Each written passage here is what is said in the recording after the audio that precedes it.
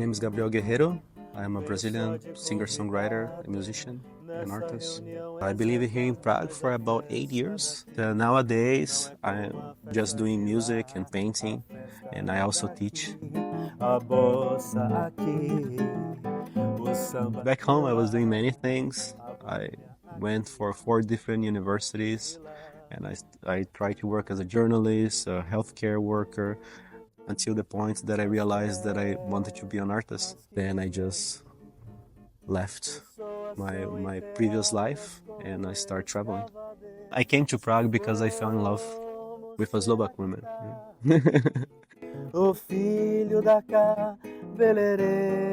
Before I came here, I was studying for a medicine school. I got very sad when I saw the result that I was approved. So I told my parents I was gonna come for a short backpacking trip, and then in the north of Brazil, I met this Slovak girl, and then I came to figure out how I felt about her. I traveled for about 10 years, and I think something around 20 countries. I knew that I wasn't gonna stay in Brazil. I knew that I wanted to discover the world. I always felt very inspired by photographers and movie makers and musicians that were touring and traveling, and that for me was something that I always wanted to know. I always felt like my culture was too small for me. I was a street artist mostly. Sometimes I painted murals, sometimes I did gardening, sometimes playing music.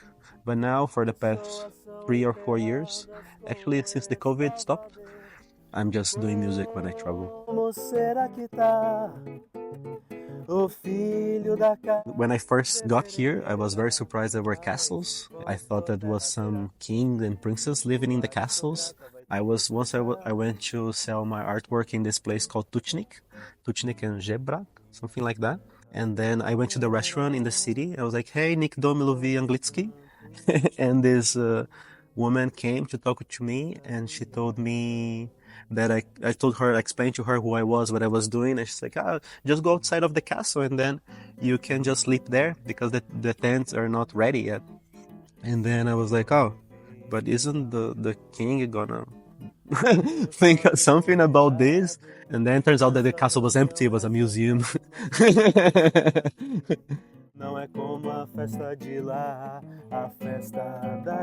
My grandparents from my mother's side, they are conductors.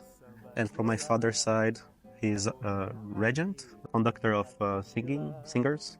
My grandfather from my mother's side, he made over 70 orchestras in the countryside of São Paulo, and that's how I got involved with music. My first instrument was the clarinet, and then I went to conservatory for drums, and then I switched to guitar, and then I started playing bass, electric guitar, but I'm gonna stay with the guitar. Yeah, it's the best instrument.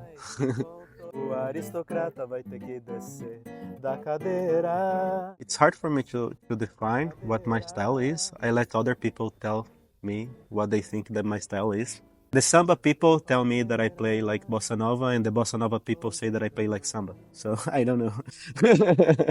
Some Afro-Brazilian music. My music is about philosophy, about politics, about love stories and travel stories, basically. So I try to write about things that really matters to me. It depends on the song. Every song has its unique context. The main message that I would like to give with my music is there's still hope, there's still love, but we really need to change. We really need to go towards equality and mutual understanding, and we cannot stay silent about what's going on. It's for me, it's the struggle that always been the struggle of the working class, trying to break free from the vampires of the society. And but now we have also the catastrophe of the climate. I'm inspired by the suffering of the poor and about my own suffering.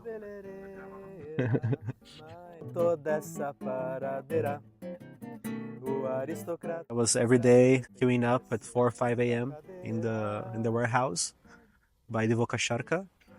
And my life was from being artist full time to work 12-hour shifts in a warehouse. So I was very upset. It was not just me. Many artists had to find jobs to survive and make ends meet. And I was reading this book called The Origin of Family, Private Property and the State. I remember one day some big shots from the warehouse was walking around the warehouse, and I just felt so outraged that my life was so hard, and they were the only people that I could say, like, you were getting benefit from this. And I broke this Hellman's box, and I wrote down this poem that now is the Samba da Luta. But after I made this poem, I was like, okay, I already achieved something here, so I can quit.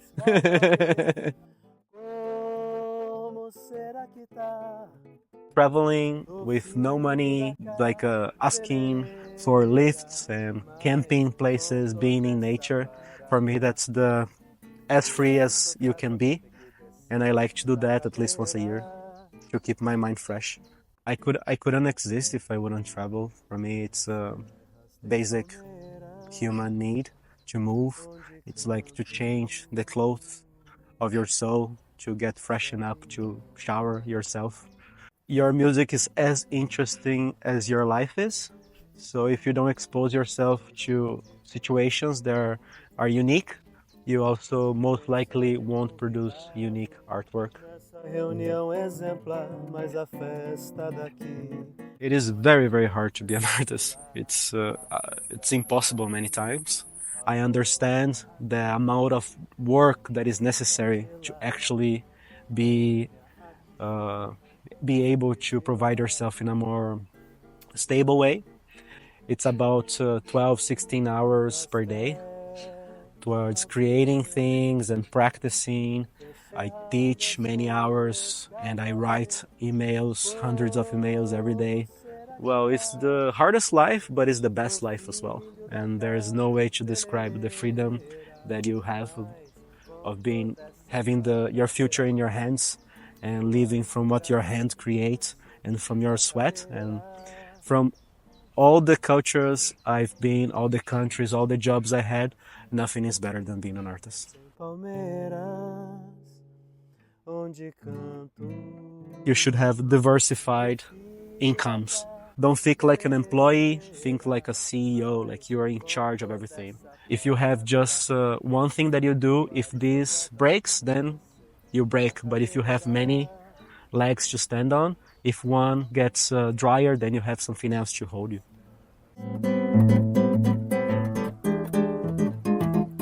Sei de onde vim e pra onde vou. Venho só de convidado nessa reunião exemplar, mas a festa daqui não é como a festa de lá, a festa daqui, a bossa aqui, o samba de lá, a boêmia aqui, a crise lá.